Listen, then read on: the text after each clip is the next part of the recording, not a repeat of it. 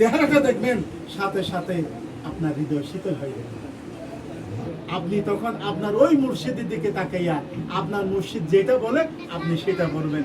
শুধু তাই নয়, আপনার মুর্শিদ থাকবে তাই নয়, আপনার দিলে এই 12 রবিউল আওয়াল সুবহ সাদিকে আমার আপনার দয়াল নবী যিনি এই জমিনে তাশরীফ আনেছেন, ওই নবীর মহব্বত আপনার দিলে যদি থাকে, স্বয়ং মদিনাওয়ালা কামলিওয়ালা নবী আপনার এই মরণের বিছানায় এসে আপনার মাথায় হাত বুলিয়ে বুলিয়ে আমার নবীর জবানও আপনাকে কালিমা পড়ে।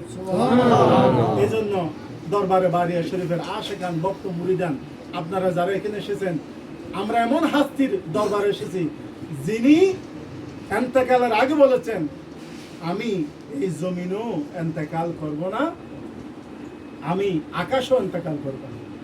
সুবহানাল্লাহ।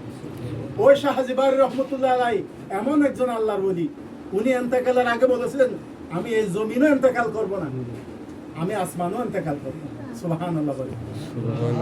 উনি এন্তেকালের আগে আমাদের দরবারে বারিয়া শরীফের আলা হযরত শাহজি বারী রহমতুল্লাহ আলাইহির অন্তিম সজ্জার কথা আপনাদেরকে স্মরণ করে দিচ্ছি। আল্লাহর ওলির কথা সত্য, উনি বলেছেন আমি জমিনও এবং আসমানও ইন্তেকাল করব না। ওনার যখন প্রচন্ড অসুস্থতা এসে গেছে, তখন ওনাকে এয়ার অ্যাম্বুলেন্স করে সিঙ্গাপুরে নিয়ে যাওয়া হচ্ছে। সিঙ্গাপুরে নিয়ে যাওয়া হচ্ছে, জমিনও না আসমানও না, জমিন এবং আসমানের মধ্যবর্তী স্থানে ওখানে কালিমা পড়েছেন, লা ইলাহা ইল্লাল্লাহু মুহাম্মাদুর রাসূলুল্লাহ সাল্লাল্লাহু আলাইহি ওয়াসাল্লাম। ওই শাহজি বারীর কলিজার টুকরা নয়নের পুতুলা আমাদের রহম আলী কাকা একজন হক্কানি সাচ্চা আশিক রাসূল এবং ওলি ভক্ত ছিলেন। পীর মুর্শিদের পা টু পা, কদম টু কদম উনি এভাবে চলে গেছেন। উনি, আমি যখন এখানে আসতাম, ওনার জীবনের একটা কথা আমার বারবার মনে পড়ে।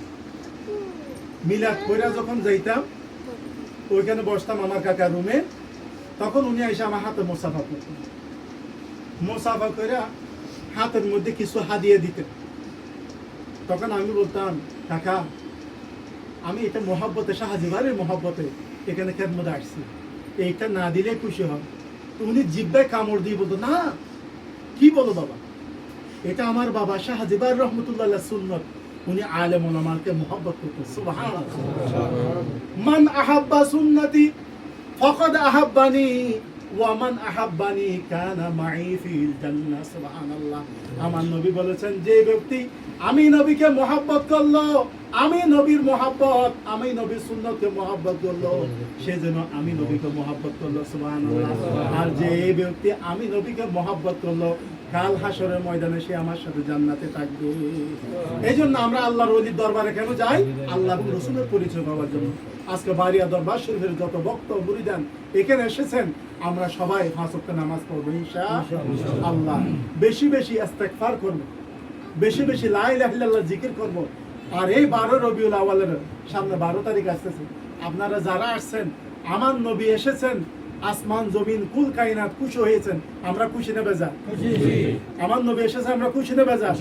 12 রবিউল আওয়াল প্রতিটি বাড়িতেই, এখানে যারা দরবারে বারিয়া শরীফের আশেক আমার নবীর মহব্বত এসেছেন, প্রতিটি বাড়িতে 12 রবিউল আওয়াল 26 তারিখ বুধবার আপনারা বাড়ির মধ্যে মিলাদ করবেন। কি পড়বো? কয়েকবার দুরূদ শরীফ পড়বেন, একবার সূরা ফাতিহা পড়বেন, 3 বার কুল আল্লাহ শরীফ পড়বেন। হুজুর আমার তো তৌফিক নেই, কিছু নেই। আরে ভাই, এক গ্লাস পানি কি আপনার ঘরে নাই?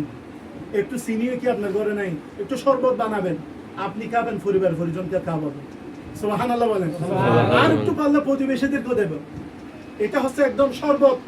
পারলে একটু জিলেবি, পারলে একটু মিষ্টি, আর পারলে একটু আর কি, যা কিছু পারেন যতটুকু করবেন, এটা কাল হাসরের ময়দানে নবীর মহব্বতে যদি আপনি এই আমল করে থাকেন, আপনার সাথে আমার নবীর হাসর হতে হবে।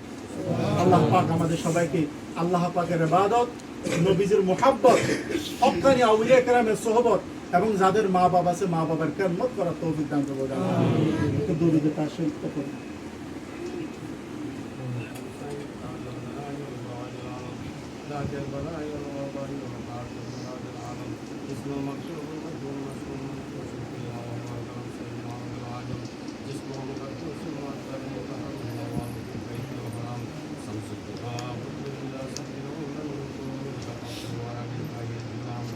جامع الشام صاحب